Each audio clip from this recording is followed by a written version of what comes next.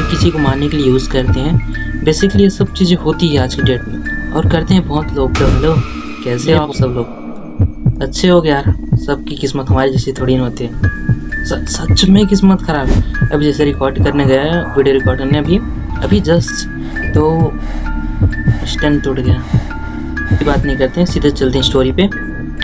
तो आज की स्टोरी बेस्ड है मारण क्रिया पे। मारण क्रिया एक ऐसी क्रिया होती है जो कि कोई इंसान आपसे कोई दुश्मनी है या फिर कुछ और या फिर बदले की भावना से कोई मारना चाहता है तो भूत प्रेतमयी मसान के टोना टोटका से मारा जा सकता है आपको। उसी को कहते हैं मारण क्रिया। ठीक है, तो बेसिकली ये अभी जो मुझे समझ नहीं आता कि अभी भी इस चीज़ को अभी माना जाता है। तो ये स्टोरी है रमेश की। रमेश अपने माँ के साथ गाँव से दूर एक घर में रहता था, सुनसान इलाके में। और इनका घर ऐसी जगह भी था जो गांव से 1 किलोमीटर बहुत ज़्यादा दूर है, इतने में था। और इनके घर के आसपास एक भी घर नहीं था, बहुत जंगल झाड़ी, बहुत से पेड़ पौधे ऐसे थे। और इनके घर में इनका कुत्ता और इसकी माँ और एक 3 ही लोग रहते थे। रमेश की माँ बहुत दिनों से परेशान थी, बहुत डरी सहमी से रहती थी, खाना वाना नहीं खाती थी और छोटी छोटी बातों से बहुत ज़्यादा डर जाती थी। और रमेश को भी कुछ लगता था कि उसके खिड़की से कोई उसे देख रहा है, उसका नाम पुकार रहा है और अजीब अजीब सी मतलब हरकतें करता था। उनका कुत्ता जो है बहुत ही अजीब सी हरकतें करता था। तो रमेश की माँ को लगा कि जो उनके घर में नीम का पेड़ है वहाँ पे कोई कुछ दबा के गड़ा के कुछ चला गया है, दफना दिया है, ऐसा कुछ उसको लगा। तो उसने रमेश को बताया। तो रमेश जब नीम के पेड़ पास खोदने गया, जो उस चीज़ को जब खोद रहा था तो उनके घर बहुत ठंड लगने लगी, बहुत हवा चलने लगा। और जब उसने खोद के निकाला तो काला धागा, नारियल और लाल कुछ पुड़िया वगैरह।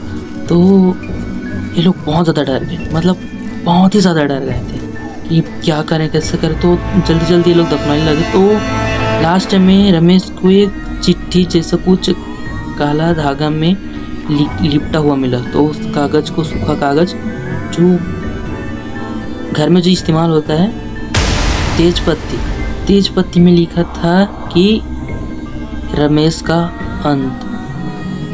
इतना सुनते ही रमेश ने तुरंत दबाने की कोशिश की, लेकिन अचानक घर के अंदर से आवाज़ आई, थप्पड़, जैसे बहुत जोर से कोई थप्पड़ मार रहा है ऐसा आवाज़ आया।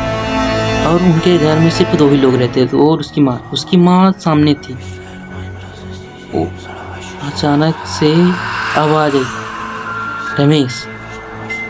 जब ये दोनों बाहर है तो अंदर से इसका नाम किसने पुकारा। और अगर कोई आ भी जाता है तो इनका घर बहुत दूर है, 1-1.5 किलोमीटर दूर है गांव से। तो इतनी रात को आएगा कौन? और आएगा तो घर में ऐसे तो घुस नहीं सकता। तो अंदर आखिर था कौन जो रमेश को चिल्ला रहा था? तो था कौन और थप्पड़ मारने की आवाज़ आई कहाँ से?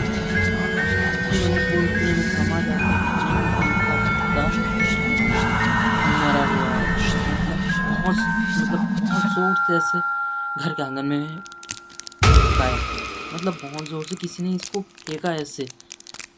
और बहुत खून से सना हुआ लथपथ पूरी तरीके से, मतलब आप देखोगे तो उल्टी आ जाएगी, ऐसा कुछ आया दबाया उसको, ऐसा लग रहा था।